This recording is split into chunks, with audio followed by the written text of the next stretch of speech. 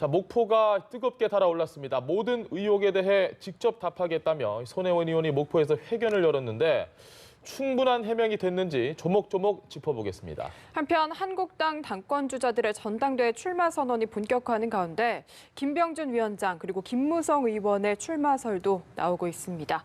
김영주 전 더불어민주당 의원, 안형환 전 새누리당 의원과 짚어보겠습니다. 두 분 안녕하십니까? 네, 안녕하세요. 안녕하십니까. 기자회견을 1시간 반 정도 한 것 같습니다. 네. 일단 뭐 여러 가지 할 얘기가 많겠지만 네. 간단하게 기자회견을 목포 가서 연 것 어떻게 보십니까?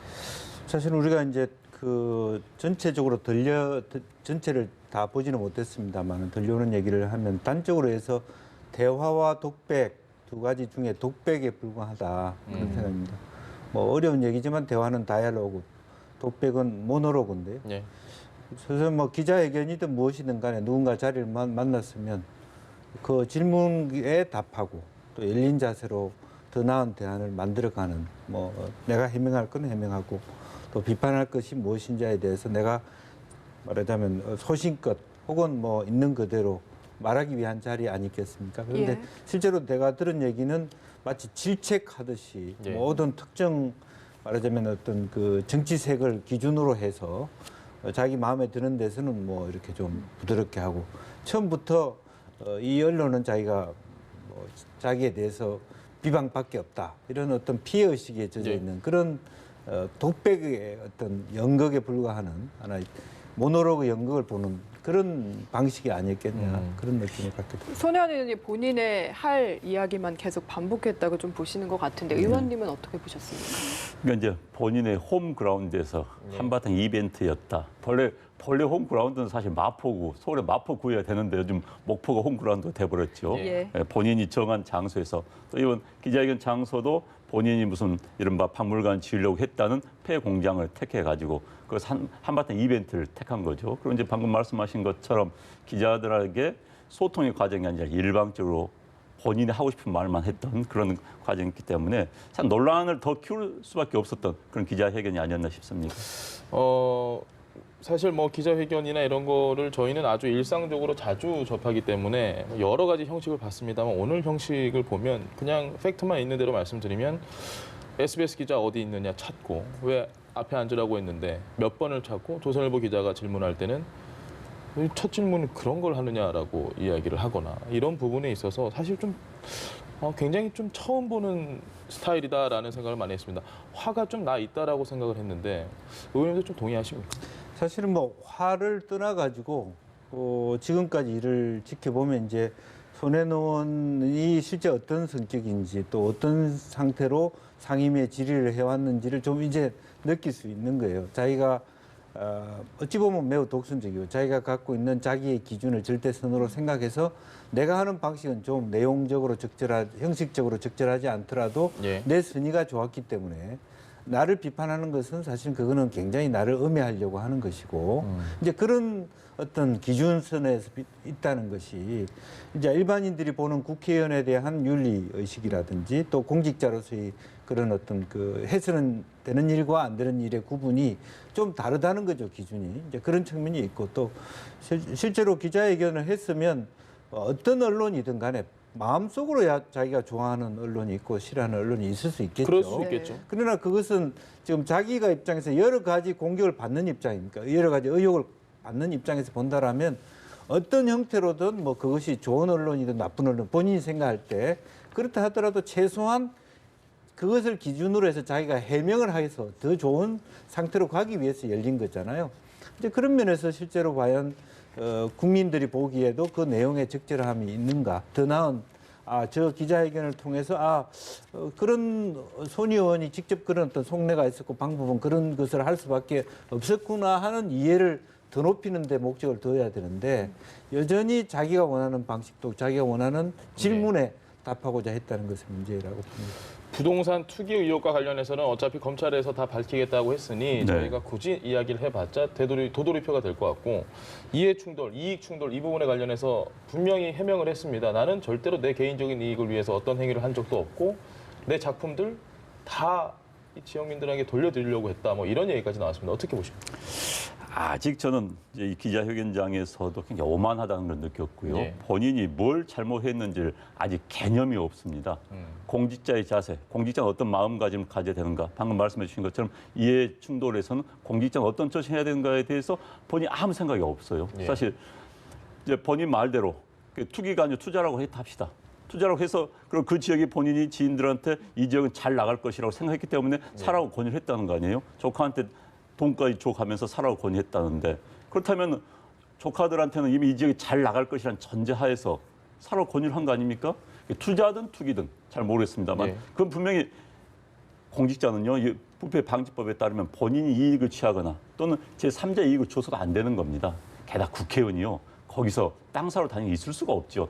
정 본인이 그 지역을 키우고 싶다면 본인 재단 이름으로 크게 공개적으로 해도 되는 겁니다. 예. 본인 재단 이름으로 사들으면 되는 거예요. 그런데 지금 와가지고 뭐 조카에게 지인들이 사러 다니고 무슨 뭐 숙명여고 동창들 몇십 명 몰고 가서 이 지역 잘 될 것 같으니까 땅 사러 권유했다는 것 자체가 공인으로서 기본 자세가 안 된 겁니다. 게다가 그 지역이 근데 문화지역으로 아마 설정 결정이 될 거라는 것은 다 알던 이야기였어요. 네. 본인은 모른다고 하고 있고 어떻게 아느냐 했지만 이미 그 몇 년 전에 추진해 왔던 지역입니다. 몰랐을 리가 없다 한다면 그 본인 스스로 이건 다 잘 알 겁니다만은 그래서 그런 상황 속에서 본인이 땅을 사러 다녔고 수십 건 따로 사녔고 지인들이 땅 사러 했다는 것은 공인으로서 기본 자질이 안 된 겁니다. 기본적인 이해 충돌 아주 기본적인 개념도 모르는 거예요. 그런데 아직도 본인이 그걸 모르는 겁니다. 예. 국회의원이요 관련된 뭐 지역이라든지 사업체에 어떻게 투자를 하고 전 똑같은 이야기입니다. 자기가 어떤 기업과 관련된 상임위에 있는데 예. 그 기업의 주식을 주식 사람한테 사라고 공유하는 거 당연히 똑같은 거예요. 자, 문방위 간사 아니었습니까? 그런데 개념이 없다는 것 자체가 안타깝습니다. 알겠습니다. 조금 더 이 해명에 대해서 이야기를 하자면 저는 처음부터 가지려고 시작한 게 아니다. 이해 충돌은 내가 가지려고 해야지 이해 충돌이 성립하는 거 아니냐라고 했거든요. 이 부분은 좀 어떻게 들으셨나요? 사실은 이제 그런 부분에 있어서 그러면은 가지려고 하지 않았으면은 굳이 왜 대출을 받아서까지 증여세까지 내가면서 가지지 않으려고 노력했던가. 그리고 나는 그 처음부터 손 의원이 잘못 인터뷰를 한 내용이 이런 겁니다. 나는 더 이상 돈이 많기 때문에 예. 돈이 필요 없기 때문에 나는 투자하지 않았다. 그 대신에 나의 친척과 나를 그러니까 그것이 과연 합리적인 얘기냐 이거죠. 일반인들이 이해하기 넣었을 어려운, 때 예. 나는 돈이 필요 없다라고 하는 말은 전제가 뭐냐면 이미 그 지역은 돈이 되는 지역이라는 걸 전제로 얘기하는 거잖아요. 아, 네. 그렇지 않습니까? 네. 그렇죠. 그렇다면 실제로 지금 정말 더 제가 기대하고 싶은 것은 정말 좋은 방법은 뭐냐 하면 내셔널 트러스트든 아니면 지금 경리단 길로 보면 젠트리피케이션 해가지고 예. 말하자면 주택 가진 사람은 이익을 많이 받는데 자영업자들은 다 쫓겨났습니다.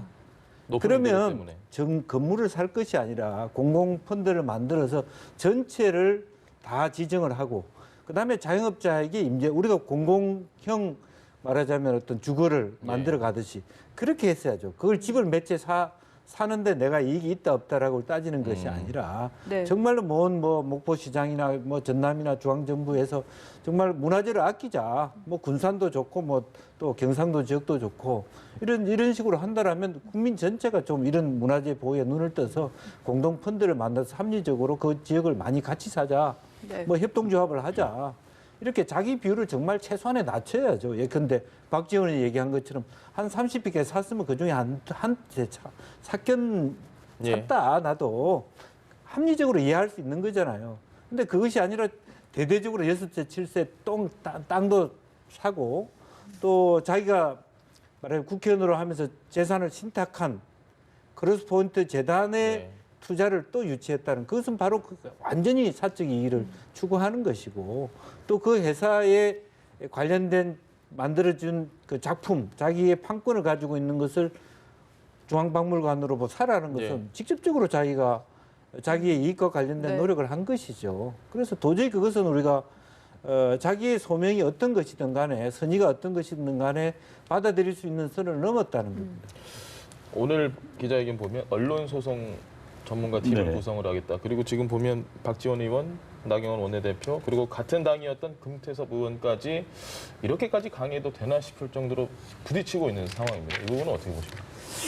일단 본인 성격이 그러지 않나 싶습니다. 예. 본인 성격이 그래서 뭐 어느 언론 보도를 보면은 친하기도 그렇고 또 아. 적으로 돌려선 더더욱이나 그런 인물이라는 평을 받습니다만. 중앙일보에 나온 보도죠. 네. 그래서 본인이 지금 자꾸 적을 만들어 가는 것 같아요. 이 부분에서. 그리고 과도한 확신법입니다. 아까 말씀해 주셨지만은 현재 본인이 목포 부동산 문제뿐만 아니라 국립중앙박물관 관련해 가지고도 본인 지인을 인사이동시켜라고 하고 그랬더니 어찌됐든 중앙박물관에서도 손혜원 의원이 와서 관장 만나서 그런 이야기 했다. 추천했다는 이야기를 인정했지 않습니까? 그러니까 본인과 관련해서 본인과 이해관계 있는 사람들을 추천한다든지 물건을 사게 한다든지 이런 게 도처에 나타나고 있어요, 지금. 그러니까 이건 장사하는 사람들이 할 수 있는 이익 추구하는 사람들의 행동입니다. 예. 국회의원이 공인이 할 수 있는 행동은 아니에요. 자기가 국회의원이랑 권력을 가지고 있다 해서 누구 추천해라, 이 물건 사라 할 수는 없는 겁니다. 그러니까 이건 국회의원 중에서도 국회의원의 그 얄팍한 권력을 최대한 활용을 한 그런 케이스로밖에 볼 수 없는 것이죠. 목포도 마찬가지입니다. 목포에 투자해라. 물론 본인이 거기에 땅 한 평도 안 샀다 한다면 우리가 선의를 인정할 수 있어요. 그런데 본인은 모르게 아니 본인이 뭐 보도자료 내서 나는 목포에 땅 이렇게 샀습니다. 여러분도 이것도 아니지 않습니까? 예. 이번 문제가 불거진 다음에야 인정한 거고요. 그렇다면 목포에다 그동안 뭐 목포를 위해서 국가 예산이 투입하게 한 그런 노력들은 결국은 누가 보더라도 본인은 주장 그렇게 하지 않겠지만은 본인 재산 있는 지역에 땅값 오르게 그렇게 만든 거 아니냐라는 합리적인 의심을 받을 수밖에 없는 겁니다. 그래서 알겠습니다. 본인이 기본적인 공인의식이 없다는 게 가장 큰 문제인 겁니다. 알겠습니다. 네. 사실 뭐 오늘 목포 기자회견도 그렇고요. 이렇게 목포가 정쟁의 장으로 변하는데 목포 시민들은 정작 어떤 심정일지 참 궁금해지는데 윤소아 정의당 원내대표가 박지원 의원, 손혜원 그리고 나경원 원내대표 모두 다 그만 정쟁을 멈춰라라고 이야기를 했습니다. 아무래도 목포 출신 의원이다 보니까 이 말이 더 무게감이 실리는 것 같은데요. 이제 뭐 자유한국당 지도부가 현장을 찾는 것은 그럴 수 있습니다. 예. 근데 이제 목포 시민 입장에서는 엇갈린 생각을 하게 돼요. 근데 목포 문화재 지정을 위해서 자유한국당이 힘쓴 게 뭐가 있냐. 혹은 실제적으로 그야말로 최근에 여러 가지 언론 보도에 있을 때 실제로 누구라도 조용히 내려가서 정말 그분들의 피해가 얼마나 있는가를 성심성의껏 그렇게 노력한 것이 아니라 예. 이 언론에서 오히려 뭐 보수 언론조차도 지도부들이 앉아서 뭐 아무런 노력도 없이 비판만 하더라. 예. 이름만 네이밍만 해서 뭐 손혜원 랜드가 어떻고 뭐 이런 것만 한다니까 이제 뒤늦게 그 지역에 가서 수많은 국회의원들을 데리고 하는 것도 한편으로는 뭐 의당 뭐 해야 될 일입니다만은 그것도 또한 보기 싫은 일이거든요. 이제 그런 면에서 실제로 현실을 파악하고 손혜원 의원의 잘못한 부분을 체크하는 것은 맞습니다만은 그런 의미에서 이제 정말로 정쟁으로 자꾸 가는 것. 실제로 목포 시민들을 위해서 누가 진정으로 목포를 사랑하는지에 대한 네. 법제적으로든지 예산적으로 그런 것들과 함께 가야 되는 부분이 아닌가 그렇게 생각이 듭니다. 나경원 원내대표는 지금 민주당을 향해서 무책임한 태도라고 하고 있습니다. 너무 네. 침묵하는 게 아니냐. 그 부분에 대해서 동의하십니까? 그렇죠. 지금 민주당이 일단 발을 뺐죠. 예. 탈당시킨 다음에는 뭐 이건 우리 당 일이 아니다는 식으로 빠지고 있는데 그건 뭐 손바닥으로 하늘 가린 격이 될 수밖에 없는 것이죠. 어찌됐든 이제 민주당 입장에서 본다면 이 문제가 지금 뭐 김정숙 청와대 대통령 영부인에게까지 가는 걸 막겠다는 생각이 굉장히 클 겁니다. 네. 그리고 또 하나는 이제 이 상황이 대한민국의 모든 이슈가 되게 그러는데요. 첫째 무슨 이슈가 있으면 이게 결국은 이념간의 논쟁거리로 바뀌어버리는 경향이 굉장히 많습니다. 이 구도가 지금 이제 민주당 지지자들 때 기타 지지자들의 싸움으로 가는 경향이 굉장히 있어요. 지금 자체가 여론조사를 해보면 그게 뚜렷이 나타나고 있습니다. 그러나 어찌됐든 민주당 이 문제에 대해서는 발뺄 사안은 아니고요. 현역 손혜원 의원이 민주당 의원 시절에 했던 이야기입니다. 현재 네. 손혜원 의원은 관련해가지고 그 국회 문방위에서 회의록 같은 데 보면은 참 저도 국회의원 해봤으면 기가 찰만한 내용들이 많이 나옵니다. 네. 무슨 뭐 손혜원 의원이 과거에 감독을 썼던 뭐 밀라노 축전 뭐 참여하는 그런 관련해가지고 예산을 늘려달라고 하니까는 예산 그럼 늘려주겠다. 그러면 우리 밀라노 구경 갈 수 있나요? 라고 묻는 철없는 국회의원들까지 있습니다. 그러면 또 밀라노가 문제입니까? 다 데려가지고 답변하는 그런 손혜원 의원의 이게 무슨 국회의원 예산 가지고 자기들 해외여행 가게 나눠 먹게 하는 겁니까? 그거 보고 좀 깜짝 놀랐어요. 근데 이런 것까지 저는 이번 기회에 손혜원 의원이 국회에서 본인의 국회의원이란 권력을 사용해가지고 본인의 이익을 추구했을 수도 있고 또 했다고 의심받을 만한 그런 부분들에 대해서는 다 조사를 해서 다시는 국회의원들이 이런 짓 하지 않도록 못 박는 계기가 돼야 한다고 생각합니다. 알겠습니다. 주제를 바꿔서 자유한국당 전당대회 이슈도 저희가 짚어봐야 될 것 같습니다. 김병준 비대위원장이 내일 뭐 큰 뜻을 밝힐 것 같은데 어떻게 출마할 거라고 보십니까? 글쎄요, 뭐 이렇게 자꾸 만지작거리는 것 같아요. 의지를 보이는 것 같은데 실제적으로 본인은 출마라고 하는 그래 당권을 잡겠다는 것보다도 처음부터 생각해 보면 자유한국당의 대권 주자의 한 사람으로 예. 속하고 싶다라는 의지가 더 많은 후보군에 것이죠. 포함이 되는. 예. 그러니까 당 대표를 맡는다 이런 그 꿈보다는 그래도 이름이 계속 뭐 이렇게 나오는 데 있어서 빠지는 것이 섭섭하다. 예. 그런 이제 모양새가 많이 있는 거 아닌가 싶고요. 실제적으로 보면은 최근에 어쨌든 그 오세훈 말은 전 시장과 또 황교안 총리 두 사람으로 거의 분위기가 각축되는 데 대한 약간의 어떤 그 갑자기 좀 본인이 소외되는 그런 심리들이 있는 예. 것 같고요. 그러나 냉정하게 따져볼 필요가 있습니다. 저 두 분이 갖고 있는 당내 비판과 별도로 본인이 비대위원장을 얼마나 잘했는지 또 그런 데 대한 비판도 분명히 있을 수 있거든요. 그래서 그런 부분에 대해서 또 실질적으로 그 자기가 뭐 전당대회에 나간다고 했으면 자기와 함께 할 수 있는 현직 의원들이 얼마나 될 것인지도 실리적으로 따져봐야 될 텐데 그렇게 많지는 저는 않을 것 같다는 생각이 듭니다. 예. 말씀하신 대로라면 본인이 대권 주자로 가는데 당권 도전이 도움이 될지 안 될지를 고민하고 있다라는 말씀이신데 좀 동의를 하시나요? 일단 본인은 보수 정당의 대권 후보급이라고 생각하고 계시는 것 같아요. 방금 본인 말씀하신 스스로. 것처럼. 네네. 예. 왜냐하면 이제 보수 쪽에 지금 뚜렷한 후보가 없다고 생각하고 본인 정도면은 급이다라고 생각하고 계시는 것 같고요. 그런데 이제 보통 계속 나올 거냐 안 나올 거냐는 기자들 질문 속에 아직 안 나온다는 이야기를 한 번도 한 적이 없는 것 같습니다. 최근에. 예, 최근에. 최근에요.